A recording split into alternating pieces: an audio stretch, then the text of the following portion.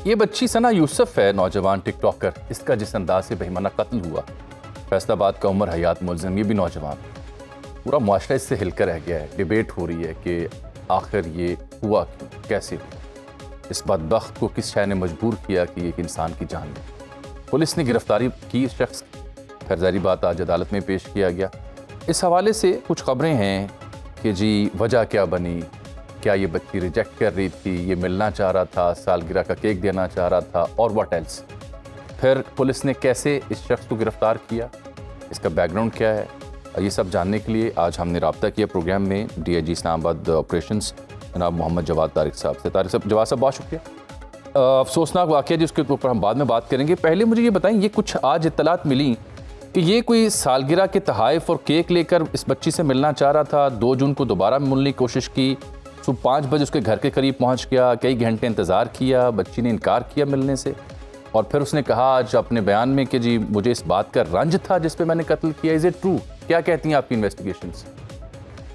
जी अस्सलाम वालेकुम। जी बिल्कुल इसी तरह जैसे आपने बताया, ये इस वाक़े से चंद दिन कबल सना का बर्थडे था, जिसके ऊपर ये लड़का फैसलाबाद से उसे मिलने के लिए आया और उसने कहा जी मैं मिलना भी चाहता हूँ और मैं आपको बर्थडे विश भी करना चाहता हूँ और गिफ्ट्स देना चाहता हूँ।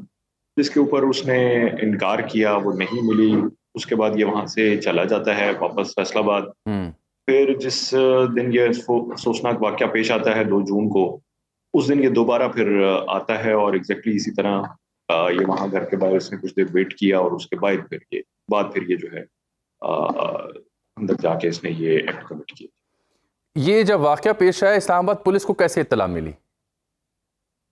जी, हमें जो है वाक़ये की इत्तला 15 के थ्रू जो है वो इमरजेंसी कॉल सेंटर के ऊपर इत्तला मिली थी और फौरी तौर पे फिर उसके ऊपर हमारी जो टीम्स हैं थाने की भी और बाकी सब ने फोरेंसिक टीम ये टीम उन्होंने फिर उस वक्त ये बच्ची का वालिद घर में नहीं था, ना उसका भाई, बल्कि शायद उसकी वालदा और फूफी थी वहां पे। ये बिल्कुल इसी तरह है। बाकी फैमिली में मेल मेंबर्स नहीं थे, खवातीन थी। उनसे गुफ्तगू आपकी हुई, उनका क्या बयान है इस हवाले से?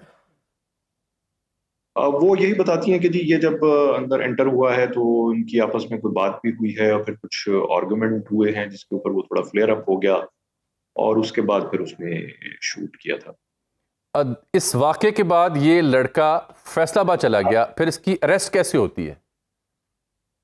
अरेस्ट जी इस तरह हुई कि इसके ऊपर फिर हमने पूरी पहले वर्किंग हमारी जितनी मल्टीपल टीम्स हैं, जो हमारी डिजिटल सर्विलेंस साइट को देखने वाले, जिसमें हमारा सेफ सिटी है और बाकी जितने अदर कैमरास लगे होते हैं गली मोहल्लों में, दुकानों के ऊपर, उनके ऊपर हमने मल्टीपल टीम्स लगा दी इसको ट्रैक डाउन करने के लिए, इसका एस्केप रूट ट्रैक करने के लिए।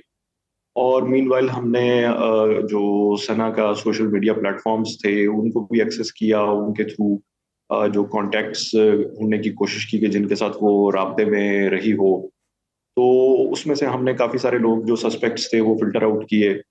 इवेंचुअली जब इस लड़के का हमें पता चलता है कि इसकी कुछ मुशाबियत है, जो कैमराज़ में नज़र आने वाला सस्पेक्ट है उसके साथ, तो फिर इसके ऊपर हमने वर्किंग की, तो तब जाके हमने इसको आइडेंटिफ़ाई किया। तो तब इसका पता चलता है और इसको फिर हम जो है इसके पीछे फौरी तौर पे फैसलाबाद हमने फिर अपनी टीम्स जो हैं वो डिस्पैच की और वहाँ से फिर ह्यूमन इंटेलिजेंस की बेस पे हमने इसको वहाँ से अरेस्ट किया। जवाब साहब, आप चूंकि DIG ऑपरेशंस भी हैं, आपकी पुलिस ने ऐसे कई वाक़यात को इन्वेस्टिगेट भी किया होगा। इस वाक़े को लेकर के सोशल मीडिया पे नाकाबिल फ़हम हद तक साजिशी थ्योरियाँ भी जन्म ले रही हैं, नाकाबिल फ़हम हद तक ऐसे मफरूज़े भी जन्म ले रहे हैं जिनका शायद हकीकत से ताल्लुक़ ना हो। ऐसे केसेस आपने डील किए होंगे। अगर मैं आपसे ये समझना चाहूँ अपने देखने वालों के लिए कि अब तक की जो इस्लामाबाद पुलिस की इन्वेस्टिगेशन है, उसके 2-3 बुनियादी फीचर्स हैं क्या इस केस को लेकर के? हुआ क्या? व्हाट लेड दिस जेंटलमैन, ये बल्कि बदबख्त से मैं कहूँगा कि इसने कत्ल किया, और उस बच्ची के हवाले से आपकी फाइंडिंग्स क्या हैं? इसमें जी अभी बहुत सारी जो डिटेल्ड इन्वेस्टिगेशन है वो तो उसमें अभी थोड़ा सा हमें टाइम लगेगा, जब बंदे का हमें रिमांड मिलेगा उस स्टेज पे जाके।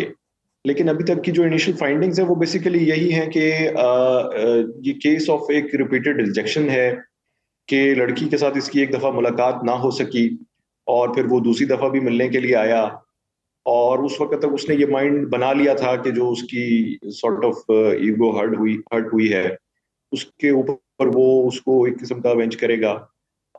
तो अभी तक की जो फाइंडिंग है वो हमारी इतनी ही है कि जी ये केस ऑफ रिपीटेड रिडक्शन था और एक ईगो प्रॉब्लम बन गया था इस कल्प्रिट के लिए।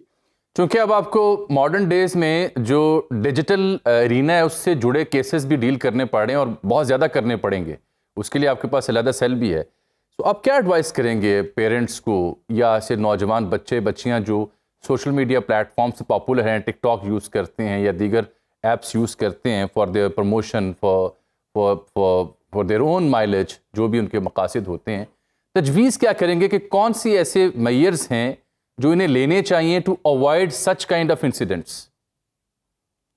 जी, इसमें हमारी तो रिकमेंडेशन यही है कि स्टूडेंट्स को, बच्चों को, यंगस्टर्स को, लड़के लड़कियों को बिल्कुल सोशल मीडिया को इस्तेमाल भी करना चाहिए, उसको यूटिलाइज करना चाहिए। जो भी अच्छा कंटेंट वो क्रिएट करते हैं वो सारी चीज़ें करनी चाहिए, लेकिन अपनी सेफ्टी का, जो ऑनलाइन सेफ्टी है उसका भी एक ज़रूर प्रिकॉशंस लेने चाहिए।